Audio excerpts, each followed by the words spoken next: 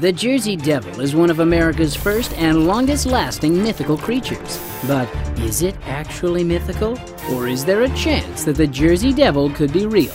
If not, where did the story start? Let's find out in today's episode of Colossal Mysteries. It's known today as the Jersey Devil, and it's said to live in a thick stretch of dark forest called the Pine Barrens of southern New Jersey. Eyewitness accounts are uncanny. A strange, winged creature with small arms, clawed hands, a forked tail, horns, and a goat-like face who walks on cloven hooves and emits a horrible, high-pitched scream. The legend dates all the way back to the early 1700s, and the story goes like this. One dark and stormy night, in colonial New Jersey, a witchy woman known only as Mother Leeds gave birth to her cursed 13th child. The baby was said to be a demon and quickly grew wings, hooves, and a goat's head. It flew into the air, letting out an ear-piercing screech and fled for the forest. But in reality, the origin of this blood-curdling creature has less to do with witchcraft and more to do with two things: Quakers and a competitive founding father. You see, a man named Daniel Leeds began publishing an almanac called the Leeds Almanac back in 1677, and that didn't sit well with the Quakers.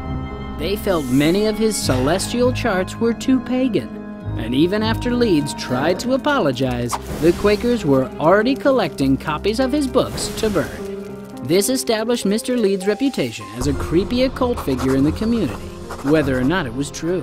Leeds fought with the Quakers his whole career until 1716, when he retired and handed his family business over to his son, Titan. But the problem was, by this time, the Leeds Almanac wasn't the only option anymore. They had a new competitor, a plucky, up-and-coming prankster from Philadelphia named Ben Franklin. He started his own rival book in 1732 called Poor Richard's Almanac. Ever the jokester, Franklin decided to go on the offensive and try to boost his sales over Titan Leeds. So, in just his second edition of Poor Richard's Almanac, Franklin made a frank prediction. Titan Leeds would die on October 17th of that year.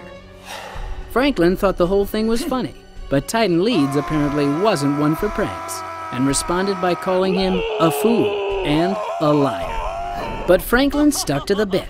He replied, writing, "Titan would never say something so hurtful. Therefore, it mustn't be Titan Leeds, but a creature from the spirit world possessing him." From there, Franklin continually called Titan the ghost of Titan Leeds, and even committed to the joke after poor Mr. Leeds passed away, still implying that his ghost was out there. So to recap, the Leeds Almanac caused a feud with the Quakers, who believed the Leeds family was evil. Franklin cemented this legacy with his ghostly jabs. Mix those together with a little imagination, and you can see how the myth of the Jersey Devil was born.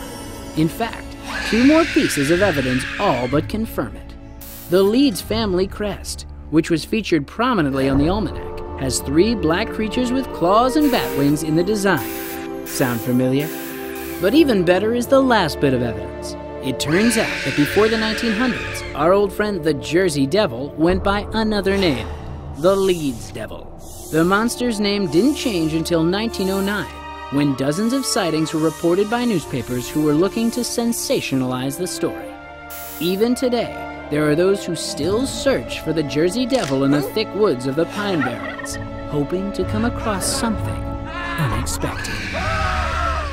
And now you know the story of the demonic Jersey Devil. Comment below with a mystery you'd like us to solve. And remember to subscribe for more episodes of Colossal Mysteries. only on DreamWorks TV.